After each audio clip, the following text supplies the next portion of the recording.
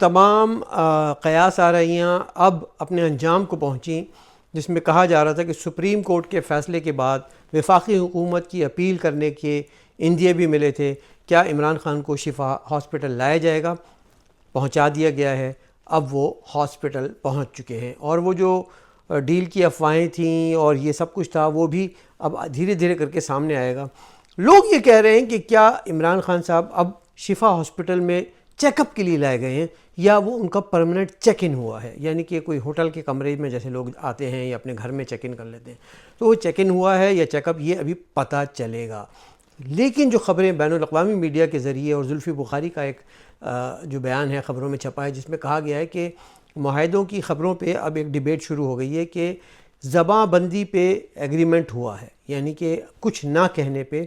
یہ معافی نامے کی باتیں لوگوں نے کی، مجھے نہیں معلوم، لوگوں نے یہ بھی کہا کہ کچھ دستخط کر کے آئے ہیں، یہ بھی کہا کہ کچھ ویڈیوز ریکارڈ کر کے آئے ہیں، لیکن مجھے یہ نہیں معلوم۔ میں آپ کو صرف یہ بتا رہا ہوں کہ اب وہ ہاسپٹل میں ہیں۔ اب ہاسپٹل میں کیا وہ محض جسمانی علاج کے لیے ہیں، یا اس کے پیچھے کوئی فکری اور سیاسی تبدیلی یعنی کہ شعوری اوور ہالنگ ہے؟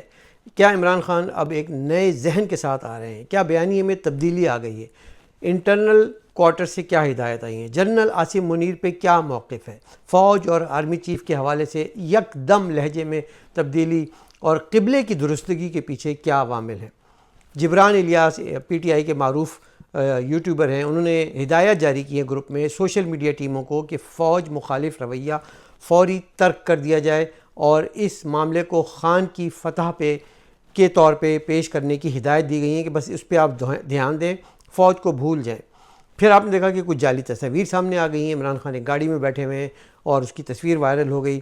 اب یہ بیسکلی عوام اپنے ہی جال میں خود پھنستے چلے جا رہے ہیں، جو یوٹیوبرز ہوتے ہیں لوگوں کو غلط اور فیک نیوز دینے والے۔ میرے حساب سے اگلے 48 گھنٹے بڑے اہم ہیں، اور کیوں ہیں؟ یہ حساس وقت علاج کے عمل میں خلل ڈال سکتا ہے، یا جو ایک معاہدہ یا حکمت عملی ہے اس کے راستے میں رکاوٹ بن سکتا ہے۔ تو پی ٹی آئی کے اب آرگنائزیشن کو سوچنا ہوگا کہ اپنے اندر ڈسپلن کیسے لائیں گے۔ ناظرین، آپ نے دیکھا کہ اس سارے معاملے میں شفا انٹرنیشنل ہاسپٹل کی بڑی تشہیر ہو گئی، اور اب جو ہے وہ ان کو بغیر کچھ خرچہ کیے ان کی اچھی خاصی پروموشن ہو گئی۔ لوگ وہاں پہ دمبے اور بکرے لے کے چلے گئے۔ میں تو کہتا ہوں جو دمبے اور بکرے گھما رہے تھے ہاسپٹل کے اندر وہ گدھے تھے، اور اب گدھے بھی گھوم رہے ہیں وہاں پہ، گدھے پہنچ چکے ہیں وہاں پہ۔ ڈالرز اور ویوز کی یہ ویڈیوز اور مالی مفادات کے پیچھے یہ سیاسی یتیم ایک مردہ بیانیے کے لیے اپنے آپ کو بیچتے ہیں، اپنے قائد کو بیچتے ہیں، اپنے لیڈر کو کیش کرواتے ہیں۔ اور وہ جو وجاہت ٹب والے وجاہت صاحب خان صاحب کی کسی بھی ممکنہ تصویر کے منتظر ہیں، اور ان کے دعووں کی حقیقت جو ہے وہ اب کھل کے سامنے آ گئی کہ عمران خان صاحب زندہ ہیں۔ اب جو آپ نے ان کو مار دیا تھا جیتے جی، آپ کو شرم آنی چاہیے کہ اس طرح کے ڈالروں کا تھم نیل لگانے کے لیے آپ نے کس گھٹیا لیول تک آپ گر گئے تھے۔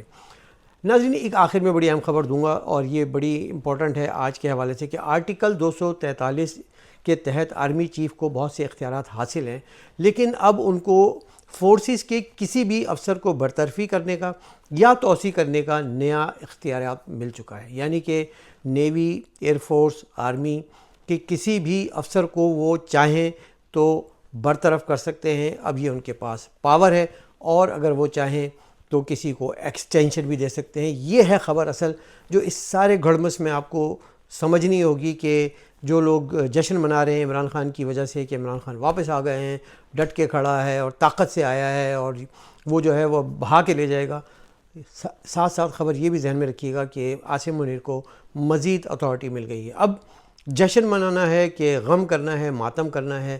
اب اپوزیشن اور ان کے حامیوں کے پاس کہنے کو کیا رہ گیا ہے؟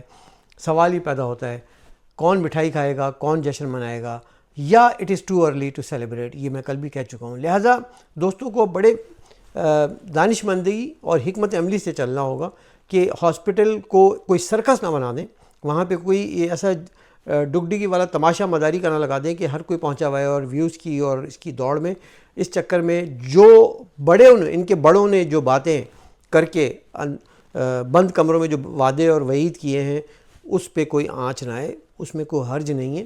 وہ حکمت عملی ہے، لوگوں کو سمجھنا ہوگا، جذبات سے باہر نکلنا ہوگا۔ اب آپ کو ایک سیاسی ورکر بننے کی ضرورت ہے۔ سیاسی ورکر اپنے رہنما کا اور اپنی لیڈرشپ کی بات مانتا ہے. تو اگر آپ نے بات مانی تو اس کا مطلب ہے آپ صحیح سیاسی ورکر ہیں پی ٹی آئی کے، اور اگر آپ نے بات نہیں مانی تو پھر آپ بھی اسی ہجوم کا حصہ ہیں جو سوشل میڈیا پہ صرف اور صرف چند ویوز اور چند ڈالروں کی خاطر کچھ بھی کر کے دمبے جو ہے وہ اسپتال میں گھما سکتا ہے.